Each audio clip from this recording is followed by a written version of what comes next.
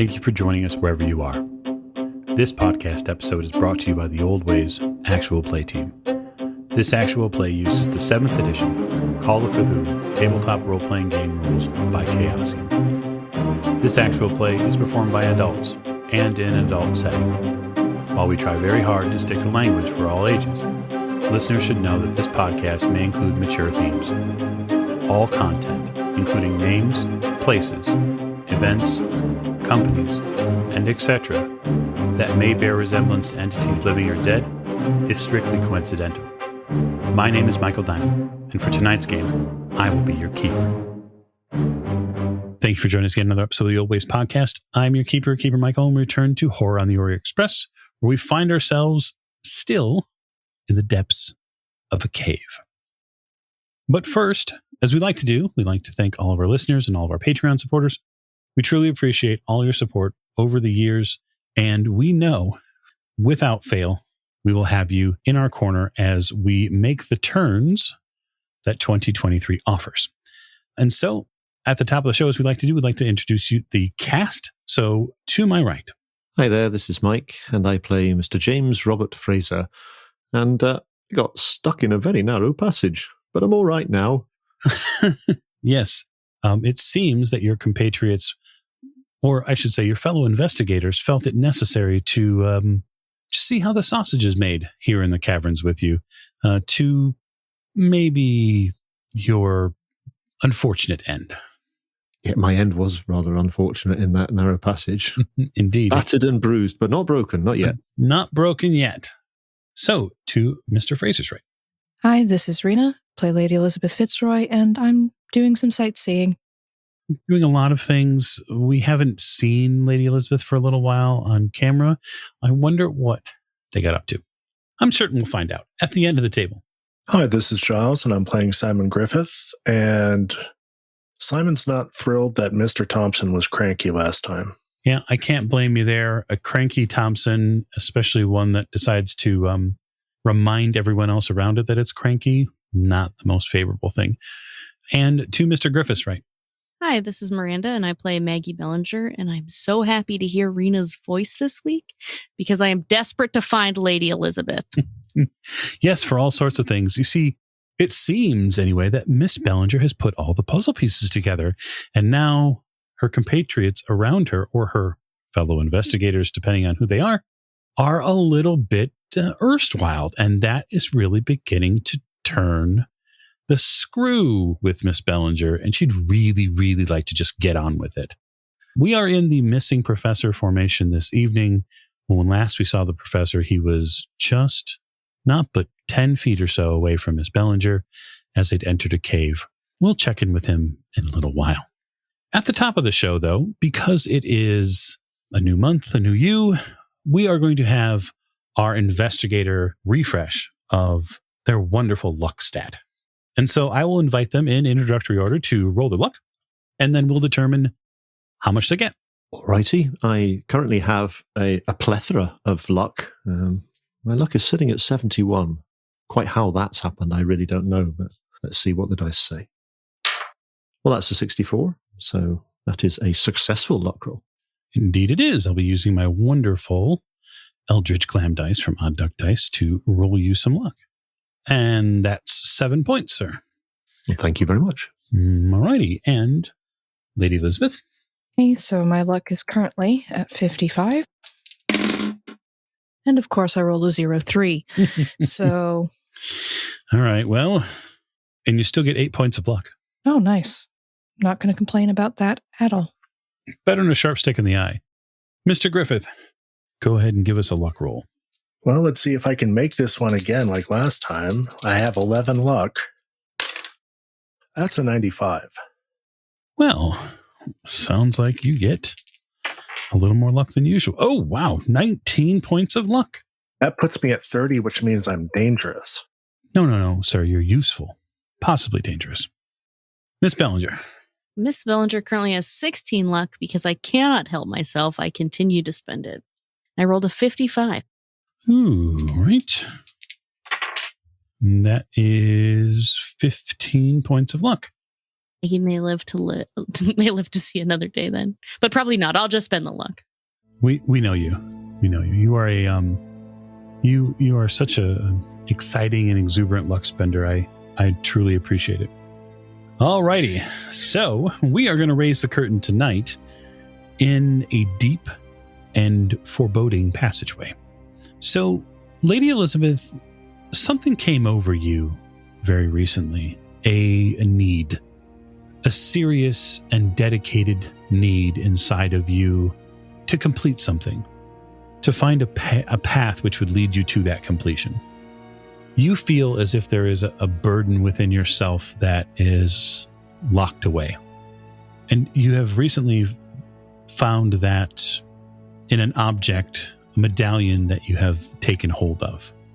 It's been very important for you to have this medallion in your hands. You've done whatever you can to make sure that no one else touches it. And even as the chaos descended around you, and as Maggie and Richard and Simon's voices, once fraught with discussion and argument about where to go, you felt them all sort of just drift back into the background, as if they were less important. And you began walking, maybe very carefully creeping into a darker passage, away from them, away from the voices, away from all of the shouting and the loud, echoey noises. What you needed was solace to hear this message that continued to be broadcast through you. Something was urging you forward. And so those steps that you took at first were careful until they eventually became needful. And there was something that propelled you, urged you forward. And you began to do things which you hadn't done really since you could remember. You scaled rocks. You walked through knee-deep water. You went where this medallion pulled you.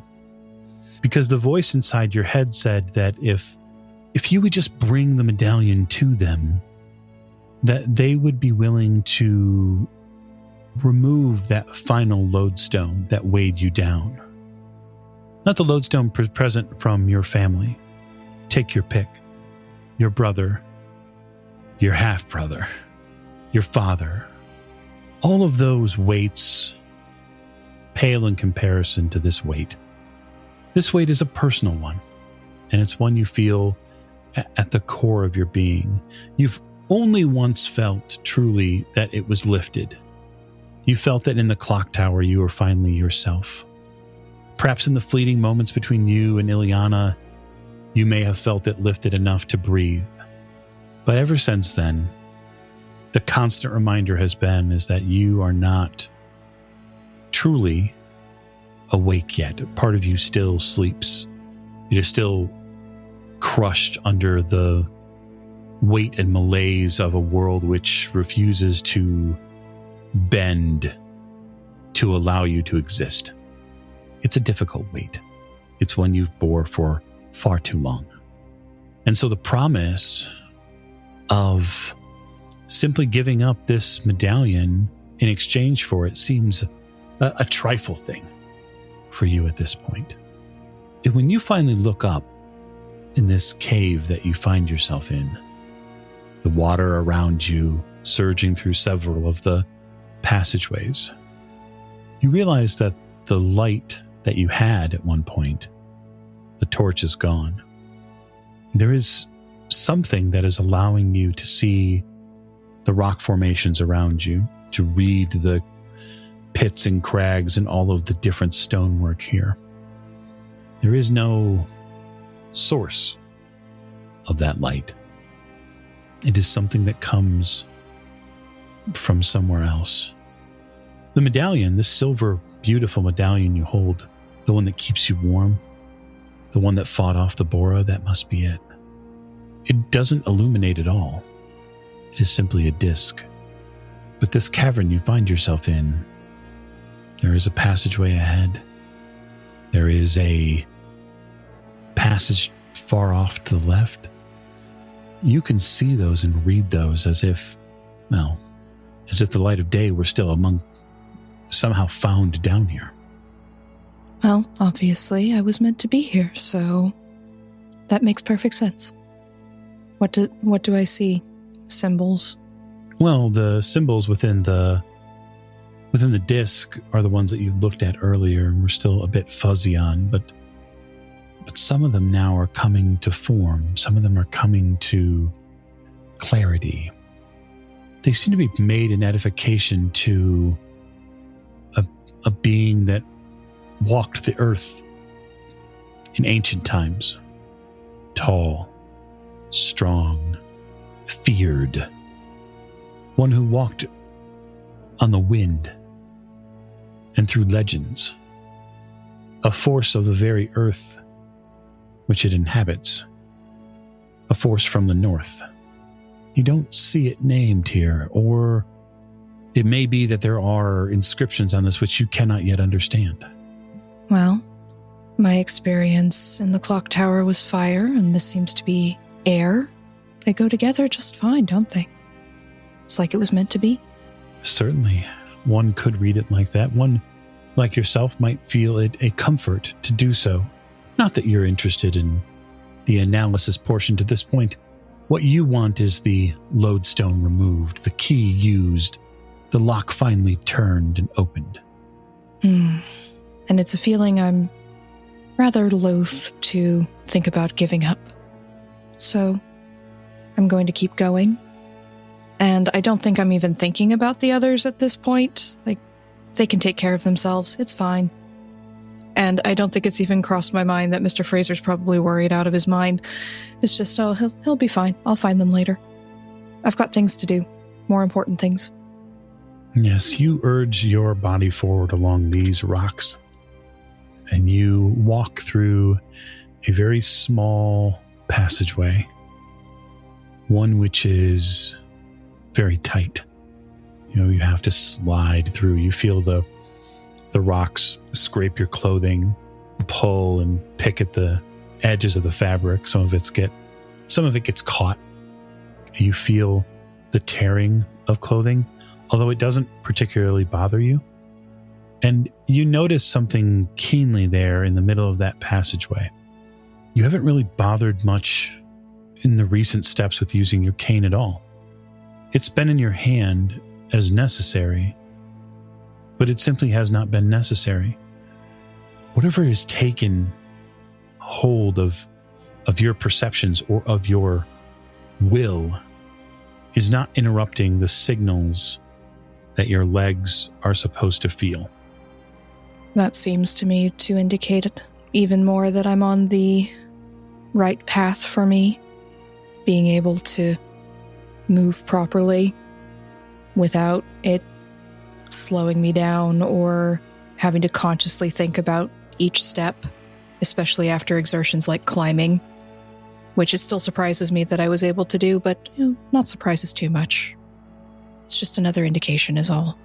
Yeah, you try not to think about it, and the nice part about that is at this juncture, it's very easy to not think about it because you're feeling what you're supposed to be feeling, which is well within your abilities to exert. You finally have control over those portions of your own form.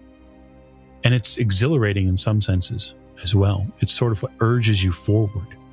And after a time through this thin passageway, you do something you cannot remember doing since you were, likely since you were a smaller child.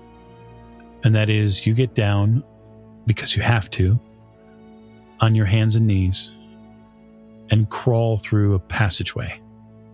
It almost feels like when you touch the walls here with your palms, when that smooth rock comes up against your body, that there's almost something spongy about it. It's a little softer, almost cushiony. It's unexpected. but it's not unwelcome. It's almost as if the passageway is assisting you with transitioning to this next area, as if even the stonework is making it easier on you. Reminds me of when I was about 7 and I found the priest hole in Maplebrook from way back when. This little hidey hole where they would hide the priests during Cromwell's time. And I found it on my own exploring. It was very small, but I remember crawling in and then bringing blankets in and just hiding out there whenever I didn't want Mother to complain about getting my knees dirty or Father to find me with any of his books. Just crawling into there and being comfortable until I couldn't, until my body wouldn't let me do it anymore. The next astounding thing that happens is when you get to the other side of the passageway, you breach that final portion and you are able to, without difficulty, stand up. And you realize very intently how much you've gone through on a daily basis, in some cases just to stand physically. And it's a joyous sensation. The medallion in your right hand seems to thrum with some sort of energy. And this space beyond is large. The cavern is, well, only because you have the ability to see it, the cavern is 70, maybe 80 feet wide, just as deep. It's a huge expanse of space, and in the middle there's a large hill with some sort of rock edifice there. And somewhere there seems to be a center of this voice, this surge of energy that continues to flow through you to draw that medallion closer. And you feel a voice say in your mind, you hear its articulated language wrap through your brain and say, yes, bring us the fire, and you shall have what we can offer. And the toughest part for your brain to understand here is that it's the voices are pluraled. And so it comes through in this oddly warped stereo sound. Where are you? We're on the hill. Come. All right. So between you and the hill, Lady Elisabeth, there is a deep pool of water. It surrounds the entirety of this rock face. The rock is almost like a tiny island here in the center of the chamber. And there is a reasonably large pool of water that surrounds it. You're not terribly sure how deep it is either. Well, I don't think that bothers me too much. And I've done impossible things already, and if it's meant to be, it's meant to be. I don't believe in God, but I believe in fate. And, well, haven't been swimming since I was 11, but I'm sure they'll give me a hand if I need it. So I'm just going to go. And so you go. As you continue, I guess I would ask then, are you beelining directly for the hill through the water? Or are you trying to find at least some easier path, some less watery portion to get you closer? I don't think it crosses my mind to find an easier path. I've just gone straight through all the way to here. So just going to go straight. Okay. You head straight. And as you do, you get ready to enter the water, and you can feel a force almost trying to pull you back from making it to them. You feel a wind pick up through and howl through this cave system, and you feel your dress and things begin to flutter around, almost as if something, maybe even some other external force, is trying to prevent you from making it into the water. It's probably just old what's-his-face. The ghosty one. It's fine. The medallion keeps me from feeling the cold anyway. So if you are going to push forward, I'm going to have you make a power roll, and you'll need a hard success to do so. All right. So, POW of 70. And I rolled a 26. Okay. You begin to push forward. As you push forward, you feel your chest and your neck get very warm, uncomfortably warm. And then you notice just here in the darkness, because there is some still darkness in here for you, you notice that this glint on your right arm, you get a sheen of moisture that covers it. And it begins to pull its way rapidly up towards the medallion. And you can begin to feel the medallion get warm. Is it an unpleasant feeling or just warmth? I would say it's beginning to get unpleasant. Well, I'll just grit my jaw a little bit and keep pushing. Okay, you bear down, and you continue to make your way into the water now at about, we'll say mid-shin height. The amulet lights on fire, and you are now holding a burning, flaming medallion in front of you as you move through the water. So I will deal you a point of damage as you're holding it. And it's at this point the other investigators have begun to enter the cavern. And they now see far away a figure which could be robed, could be someone, definitely humanoid, which for them is a little concerning too. They see a figure at one end of this cave system in the water with a flaming disc in their hand. And undeniably, Miss Bellinger, you know exactly what that is. Someone is making that trade without you. Mr. Fraser, you have to stop her. She could be in danger. Can I see approximately how far away is this figure? Well, I would say the figure from you. The cavern's about 80 feet across, yeah, and there's are they headed towards the center of it, yeah? They are. They're heading. So as you enter the cavern, they would be on, as you looked right. Right, so they're coming in through a different direction, yeah. Yeah, it seems like they've come in through a different direction. And they're probably, by water, I would say, they're probably a third of the way into this watery area. And so from you, they're probably about 60 feet or so, because they're at a diagonal angle. Right, okay, so they're almost kind of opposite, on the opposite side, or roughly. Yeah. We'll say that they're off at a right, to your right at an angle. Can I, from this distance, make out who this is? Can I tell from what they're wearing who it is? Well, the burning amulet isn't exactly torchlight. And you all have some of your own lighting, but it's not going to reach that far. And so what James would be able to make out, and he is very sharp-eyed. So I suppose I would give you all a hard spot hidden roll to determine whether or not the figure was a robed cultist who you'd seen, many of whom you'd seen recently, or Lady Elisabeth. Okay. You definitely know she went in this direction. I have my revolver in hand, reloaded as well, so just in case. I'll make a spot hidden. Mr. Fraser, what are you waiting for?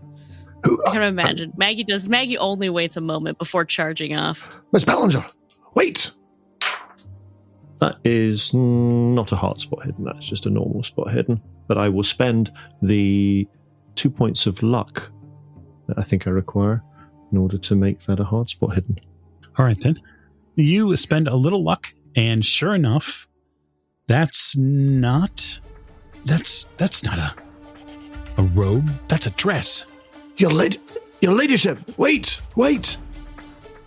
Miss Ballinger, don't head for the center. Stay around the outside. If you're going anywhere, don't go into the center.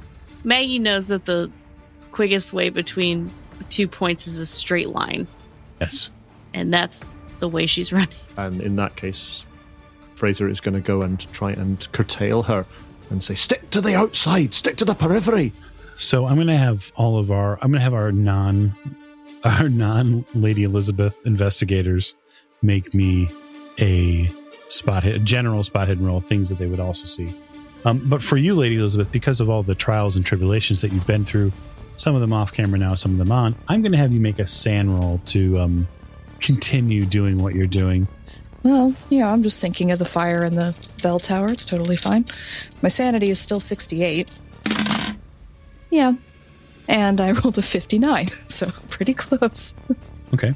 So it is going to cost you 2 points of sanity to have gone through this, as extraordinary or territorial beings have been speaking through your brain to you and prompting you on. The sanity loss just really comes from revelations as you stand here, your fingertips now burning with a silver medallion that's flaming red hot. Wait, who's been talking to me? So Simon, what kind of spot hidden do you have there? Well, Simon doesn't see anything with a 92 over 51. Ooh, yeah, no. Okay, you see Miss Bellinger running off. You see Fraser running off, screaming after Lady Elisabeth. So I will ask then, Mr. Fraser, what do you have for your additional spot hiddens? Well, I'd like to make something quite clear. Number one, I'm not screaming. I am calling in a calm and considered deliberate manner. Number two, I'm not running off after Lady Elisabeth. I'm grabbing hold of Miss Bellinger. Ooh, I like that. Some fun grappling ahead. Preventing her from charging into the jaws of nightmare. Yep. I always knew you'd conspire against me with her. Well, you were right. That's a normal success. 58 under 86. Okay. So there are definitely other people here in this cave, and you're now picking it up. That there are other shadows, there are other silhouettes here in this cave system. It's not just you here, James. There are others. I mean, I'm not massively surprised, to be honest. So what I'd like to do is I'd like to grab Maggie and prevent her, maybe grab her by the arm and prevent her from charging into the center and try and keep her to the outside. Quite happy for her to come in the same direction as me, which is towards Lady Elisabeth, but not running right into the center where this kind of hill is. And other people that I can see, are they on the hill or are they kind of around and about in the water? They're in the water. Your keeper is going to show you a map very shortly. Goodness me. I know, right? Not an exact setup, of course, but this would do. Okay, so Miss Bellinger, your spot hidden roll. Yeah, my spot hidden roll was a 25 under 48. Okay, so you definitely see that there are other people, but I'm not sure that you care enough, honestly, given what you're after. The people that are here are the ones that are going to give me the body part, obviously. You begin to make a beeline. So if this is going to be a contested situation, what I will ask is for Miss Bellinger's dex versus Mr. Fraser's dex. Which one is higher? Well, mine is an 85. Well, Maggie's is higher than mine is 60. Okay, so she'd act first, and then I guess we could make con rolls and just go right into a chase scene, but I feel like, that might be too much fun. No, it's fine. We can do that. So why don't you both give me con rolls? Because you're obviously chasing one another. 55 over 45. 21 under 85. Miss Bellinger, what's your move? 8. All right, Mr. Fraser. My move rate is 7. Yeah. Okay. So act on dex. Then if Miss Bellinger's running, she's going to run her move, and I will move her 1, 2, 3, 4. She get a full move running through water? Nope. She gets that. That's what she gets. She gets about 4. She gets about half move running through water. How deep is the water? At this point, shin level now. Okay. And Miss Bellinger's not the tallest person either, but we'll see. And Fraser, you are, of course, running after her. I am running after her, just attempting to keep her from getting too close to this island in the middle. Okay, fair enough. You are closing. Wait, Miss Bellinger, your ladyship, hold on, wait for us. She's trying to get the body part before I can. What? I would ask Lady Elisabeth, what's your move? My move is 8. Okay, so given the fact that you're moving against a unseen force and you're moving through water, it's a total of 2. So you get right there. As that is happening as well, there are some people who are beginning to fold in, also very slowly, in hopes of doing Lord knows what. What do these people look like? Well, it's funny you should ask. So the people to your direct right appear in long, dark robes, many of them similarly scarred by some grotesque growths and differences in the flesh. It's almost as if parts of their body have been patchworked together.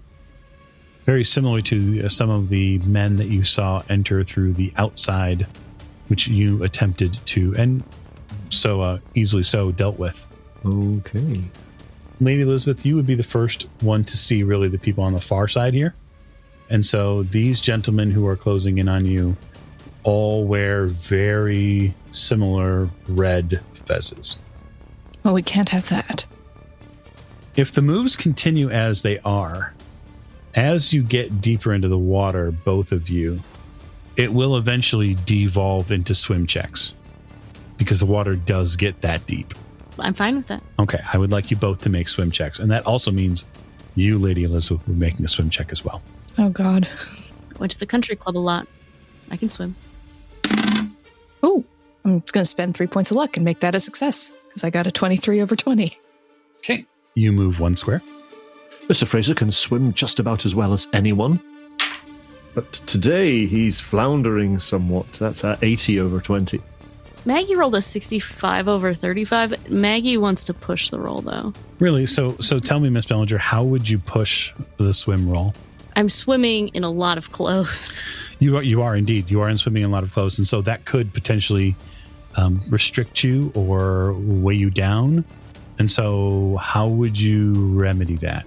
Maggie will remove a layer because it's hard. You're in a dress. It sucks swimming in a dress. She's got to get rid of it. Okay, so you're going to remove your dress to swim in your undergarments. Mm-hmm. And then... kick the shoes off. Oh, alrighty. Yeah, I say go for it. I think that's reasonable. Lord knows I've never swum in a dress, but if I had, I'm sure it would be very difficult. Just before Maggie rolls her push roll, if Mr. Fraser sees that Miss Ballinger is getting away from him, he will also push his roll. Oh, I thought you were going to also take off your dress. If I was wearing a dress, then maybe I would. All right, fair enough. Mr. Fraser, push your roll, and Miss Ballinger, push your roll, and we'll see what happens. Oh, I'm so nervous.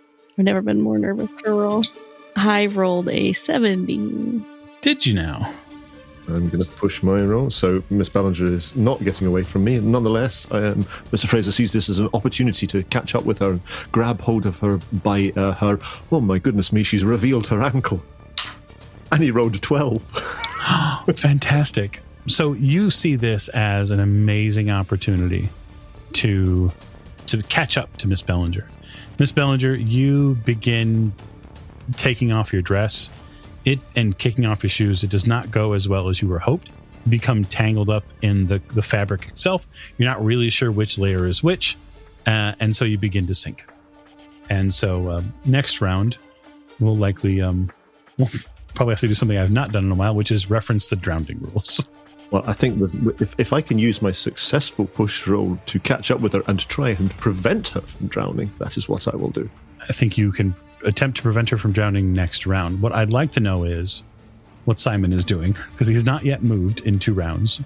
Simon is taking one of the 10-foot poles we referenced last session and is wading into the water, using the pole to check for depth. He does not have a weapon at the ready because he doesn't see any other figures besides Lady E, which he's not familiar if it's Lady E, but he sees Maggie and Fraser, so he's wading in their direction slowly to see if they need help, but he's not moving fast. So I don't think he'd be in dex rounds. He's just moving in their direction while making sure of the depth. Okay. So I can give you half move. I think it's actually a really intelligent thought. So using that pole that you used on the way here, you find that if you carefully move to the side here, you could probably get within a pretty easy sort of shallower space and sort of draw yourself along this line here to get to the center rock area, if that's where you're planning on heading. I think so, because that'll put me closer to Maggie for sure, and the other robed figure that I can see. I do still have my pistol in my pocket, but as I said, otherwise I don't have a weapon ready. I don't have the Thompson ready. It's just slung on my back. Okay. Fair enough. Yeah, because you're not seeing any threats necessarily, so you think it's a walk at the park. How are these creepy fuckers getting on with their swimming as well? Do they seem to be quite comfortable in the water? They do not. Actually, not all of them. So a couple of them actually are very apt swimmers, it seems. It looks, you can't really tell what type of swimming motion they're doing, but they seem to be moving pretty quickly. They're at this rate, they will likely catch Lady Elisabeth. Lady Elisabeth has seen the befezed figures, and so the only thing she can think to do, because she's not super fast, is she's going to ask the voices in her mind if they can help her get there faster. That's her idea. Since they seem to be helping, they want her there, so... Okay. What's your strength, Lady Elisabeth? Oh, not very good. 35. It's my lowest stat. Okay. Why don't you give me a opposed strength roll? Oh boy. Ooh, 19. Okay. I have a hard success. Make it hard. Make it hard.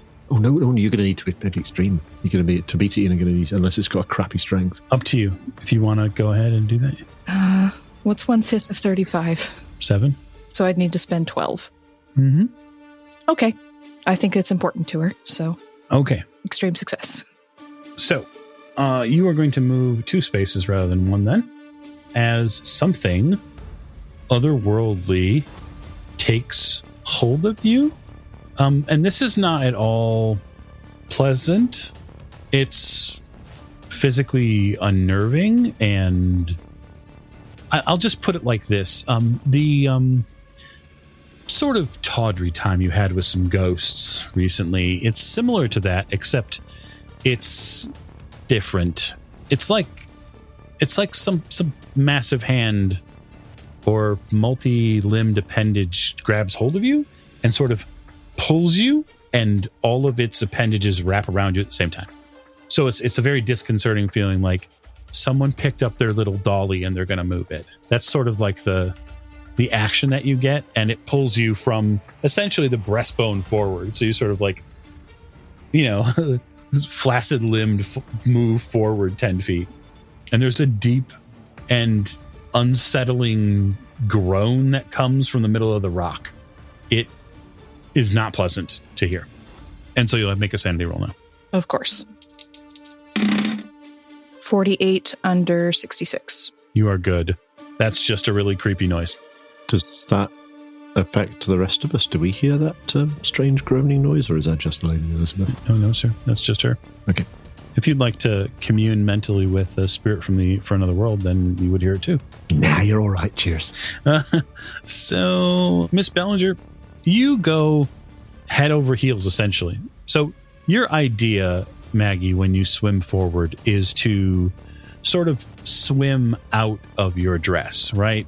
You like any good swimmer, go down into the water, right, to get that buoyancy, that fluidity that being inside water gives you. And your plan was to sort of push out of your dress because it's an absolute bother. And you absolutely 100% push out of your dress and your undergarments. And you get sort of wrapped up in the additional fabric that's here and are now in this deep cavern in your complete birthday suit with the suit around you because it's still there. And I'm going to have you make a con roll to see how much water you drink in.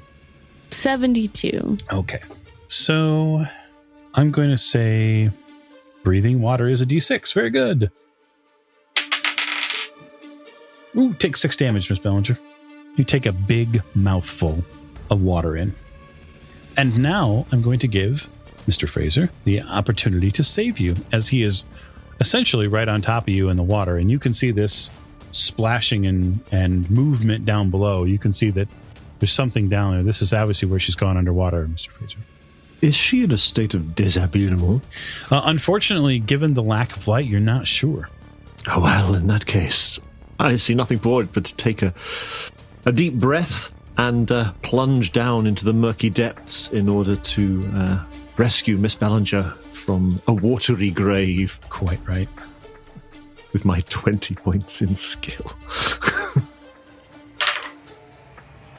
I will spend 6 points of luck. I just rolled a 26. Ooh, fantastic. You dive down, and you are pushing through the water and pushing through. Oh, there's you're trying to grab her, Fraser, and you can feel her dress, but what you can't really get a solid grab on is the form. And you reach out and you grab Miss Bellinger, and you grab a rather large portion of her hindquarters when you do so. And you do not feel dress or undergarments attached to it. But you've got her for as long as your brain will let you hold her. I think I might have to make a constitution roll, because I suspect if I realize that I'm grabbing hold of a nude lady, then it might give him something of a shock. Yeah, I think that it's totally reasonable for you to make not a con roll, I think a POW roll. This would be willpower for you to overcome having touched a naked woman. I mean, I'm tempted to ask for a bonus die. You know, I think you'd be within rights to ask for a bonus die. So I'll give you one. All right, then. Grab hold of the lady, and I will attempt to drag her towards the surface again so that she can breathe air. And that is, thanks to a bonus die, that is a successful power roll. You manage to do the next portion of this movement that you know you need to, and that is to reach down and use your other arm to curl basically around their stomach and propel yourself back up to the surface. And you break the waterline. And Miss Bellinger, as naked as she was the day she was born. Maggie, air arrives, and not a moment too soon. Maggie's coughing up water. Yeah. And so at this point, unbeknownst to everyone else, Simon is calmly making his way over onto the island, having, not shed any clothes or not being, connected to supernatural events pulling him close to the island. Although, sir, I am going to have you make me a POW roll. And it has nothing to do with naked Maggie. That is a fail. It is not a fumble, though. It's only a 93. Okay. So I'm going to take 2 points of sanity from you. And the reason why I'm doing so is you're going to hear in your right ear a voice that is one you've heard before. And it is very direct and also very purposeful. And it says, "You're about out of time." I'm trying as fast as I can, sir. I can pay you also an alcohol if you'd like a little. And then Simon's thinking, I hope I can get some alcohol off James or Richard or something because I don't carry any. The spirit says, "Alcohol? You drink milk. We both know that." I can get you some. The spirit speaks up and says, "I tell you what, you get to the top of this rock. You deal with all the other vermin in this cavern, and we'll call it even." Vermin? I don't see anything. Can you give me a little light? Oh, yeah, absolutely. Your eyes feel like suddenly they're on fire. And you see a huge rock face in front of you. And then deeper beyond that, silhouettes of people moving in the darkness, same as you'd seen before. And your eyes, burning hot as they are, suddenly see very well in the dark. So Simon sees all this. I do have a question for you right now, since my eyes are lit up. Can I discern Lady E now as what she is, as opposed to the robed figure? So you would be able to if you had proper line of sight on Lady Elisabeth, but she's moved. There's a couple of levels to the rocks here, and so she's just a little bit beyond your perception line. But when I do have line of sight, I will be able to differentiate, hopefully. Yes, absolutely. Okay, so I'm going to slowly make my way up the top of the rock. And since I cleared the jam on the Thompson, I'm going to load in my extra clip, or drum, as the case may be. It's drum, yeah. And be prepared once I get to the top to start turkey shooting. Alrighty. So, because I think it's fun, and this is what fun is all about, Mr. Fraser, when you make it back to the surface of the water, what would you say your first reaction will be to do? I think the first thing I want to do is try and prevent Maggie from going under the water again. Clearly, she's in a state of some distress.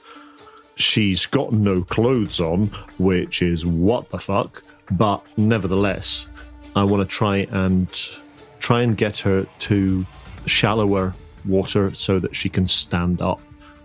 So I think probably getting back towards the edge of the cavern. I don't want to go into the center. Okay. I don't know if I can see that Simon's already managed to get into the center. Given your successful previous spot hidden roll, I would say that when you break the water surface, once you're sort of got your head about you for a moment and you're trying to make sure that she's stable, you would see Simon climbing the rock face, and you'd likely see that he is preparing something and is like he's working on something. It is likely some sort of weapon. Yeah. I think what I imagine is happening is that there is some confusion around, and I don't really have a chance to really do anything about this. I'll maybe catch a glance of him, but Maggie is probably thrashing about in the water. I'm trying to prevent her from going under again.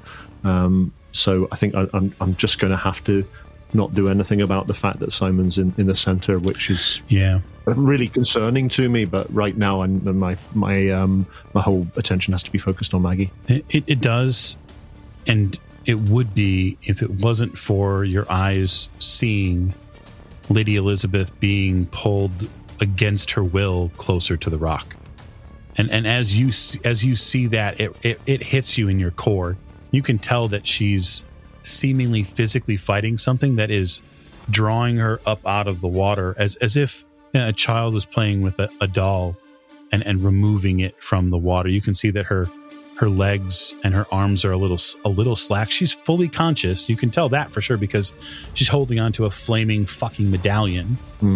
But she is being carried away by something, and it does not look right at all. Yeah, I think there is definitely conflict in Fraser's mind because he knows how dangerous it is here. Well, he is making an assumption that this is a very dangerous situation based on Winkleman's diary and what he's read in Winkleman's diary. Whether or not there's any actual truth in that is kind of debatable.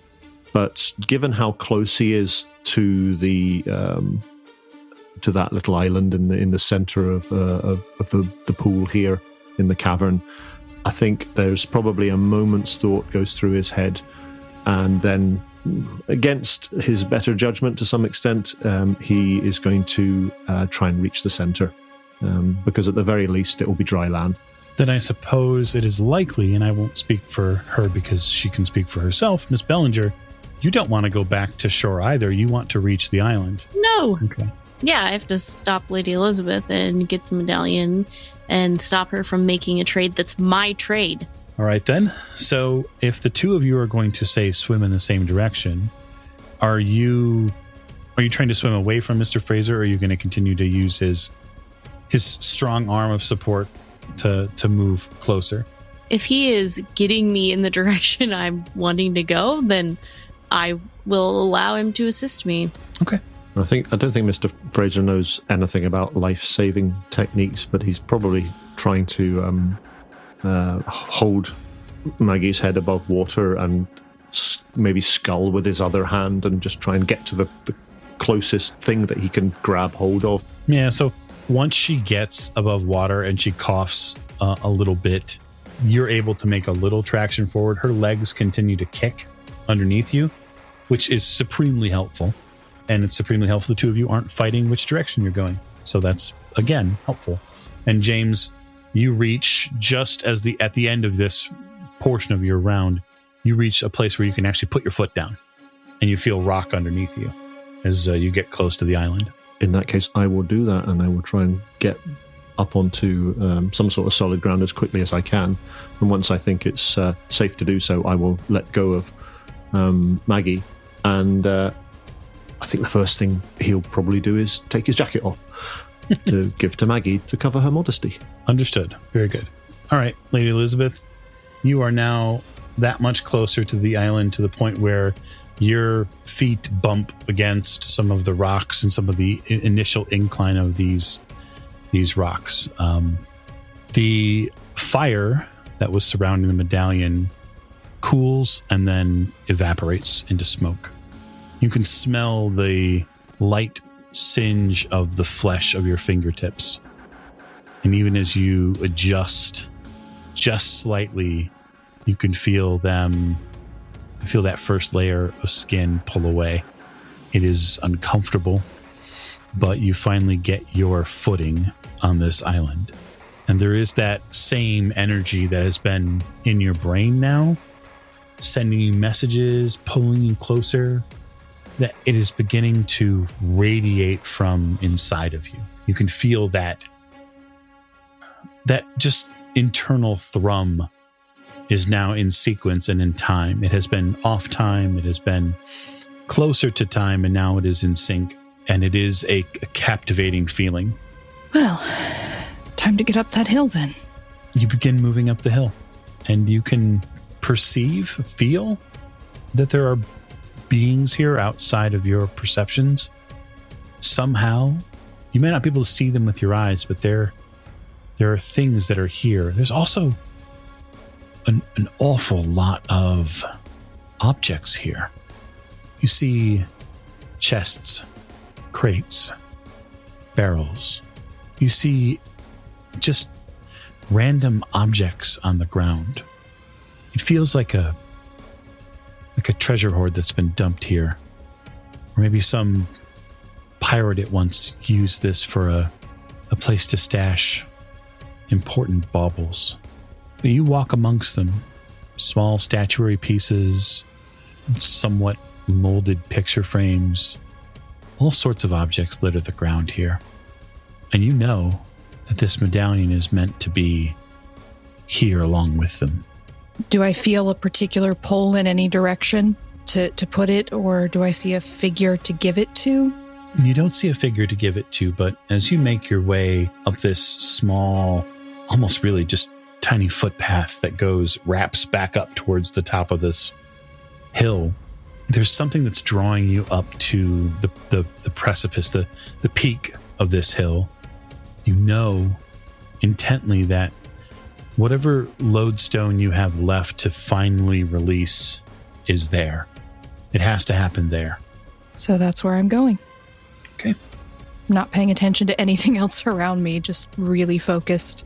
I'm so close. You are indeed so very close. So, Maggie, you're handed a jacket. Am I? I mean, if you want it. Because I feel like he hands the jacket and Maggie is already off again. Fantastic. Running to try to tackle Lady Elisabeth. Yep. So, true to her character, Mr. Fraser, when you offer this young lady your jacket, she offers you a view of her backside as she moves away. Miss Bellinger, wait! Don't you remember? If you don't have the amulet, you're not protected. It's like trying to put a leash on a loose dog. Kinda. So I would like Simon and Maggie to make climb rolls as they are trying to get further up. They're taking a little bit less clear of a route, and so they need to have a little assistance from their skills. The 31 over 20. Miss Bellinger, the Hand of Fate is going to make that a success. Good, I don't have to spend. You are able to make it to about here. Simon? That's actually a 14 under 20. Ooh, very good. So you begin a climb that will eventually, next round, lead you to what is essentially one of the higher platforms of this space. It's going to take you another round, but it will also save you basically 2 to 3 rounds of going around. Your shortcut there has proved most useful. And you even have the assistance, technically, I suppose, of the 10-foot pole. So there's that as well. Be that as it may, as you continue up, Lady Elisabeth, you are not at all blind to the fact that there are others on this path. And right about as you're going to make this turn left, from the water, 2 fezzed gentlemen step out. And they are intent on interdicting your path. Is there a way to climb up to the next level without having to go past them? There is. So you could attempt to, what is essentially climb up this rise, and hopefully make it to the next level. Well, my big gay dice have been very kind to me so far tonight, so... And they are kind again with a 13 under 20. All right, so you spend your entire action essentially climbing up. This movement you feel in your hips. This is an unkind pain that you do not wish in any way, shape, or form. It does get you up and over, and those men are on your heels very quickly thereafter. Mr. Fraser, I would like to know, given the current state of affairs, what your plan of attack is. Okay, well, it seems to me that both Maggie and Simon have completely ignored the warning that we were given about how dangerous it is around here if you don't have the amulet. However, I'm assuming that from my angle, I can now see that there are lots of men with fezzes descending upon her ladyship. Yes. And given my priority system, I am going to make as best speed as I possibly can over to protect her. Okay, so you have a couple of routes available to you. You could go the climb route that Maggie went, and that's afforded to you. You could decide to attempt to slide around the front of this facing here and end up something like that, so where you can see more of them. I think you're an intelligent man who would likely know that if you took a more direct path here and then maybe used your overall size to climb up the rest, you might be able to meet Lady Elisabeth here at the peak of that ramp that sort of comes this way. I think what I'd like to do is get as fast as I can to a position where I can use my handgun to prevent these gentlemen wearing fezzes from doing any harm to her ladyship. Now, I'm assuming that they do mean her harm, but I wonder if it's possible for me to tell from their body language, from the expressions on their faces, whether they do seem to be intent on preventing her from doing whatever it is she's doing here, but not in a friendly manner. Yeah, I suppose right now they seem to be coming after her, so it's likely that you would assume, at least I think, that they are going to attempt to do her harm. But you would also be keenly aware that these two from the two different sort of the two different special clubs, they're beginning to come together and they're beginning to fight too. Okay, so I think given that situation, Fraser's going to try and make some sort of a tactical assessment as to how he can best cause these two different factions to fight against each other and therefore limit the number of opposing forces we have against us. But I think bearing in mind the positioning, the best he can do really is just to kind of scramble round and up to get some sort of a vantage point as quickly as he can to make some sort of offensive action towards the guy with the fez who's closest to her ladyship, because he looks like he's almost upon her. Yeah, I think a climb roll is the way you're going to get there. Fraser's not exactly built for climbing, but he'll give it a shot. That's a 57. That is not particularly great. It isn't, but I think fate is with you this evening, and so the hand of fate will make it a success, allowing you to get into position. Fantastic. Thank you very much, Hand of Fate. I really do appreciate that. So you take a somewhat circuitous route that puts you close to Miss Bellinger, but also essentially at an elevated position as Lady Elisabeth is now coming up this walkway towards you. And that's when you really get the gravity of the situation, Mr. Fraser. You see how many people are here, and you don't have enough bullets in your revolver for it at this point. Hopefully I won't need them. Hopefully they'll take care of each other to some extent. Maggie, I would like you to give me, on your dex round, give me a spot hidden roll. That's a 80 over 48. All right. There is something that you do not notice. I guess on your action, then, what would you be preparing to do? Rush towards Lady Elisabeth and snatch the medallion out of her hand. Okay. So, Lady Elisabeth, as you're coming up the walkway to this momentous occasion towards you, you see in one moment James Fraser appear at the top of the hill. And you can see that he's sort of getting an assessment. He's waterlogged. He's not at all in his regular state. And then, like a cannonball, out from under his left side, a nude and dripping wet Margaret Bellinger comes barreling towards you. And that is where I'm going to call this session to a close. So thank you so much for joining us on this waterlogged and yet exciting adventure through Horror on the Orient Express. We greatly appreciate your listening ears. Thank you, and good night.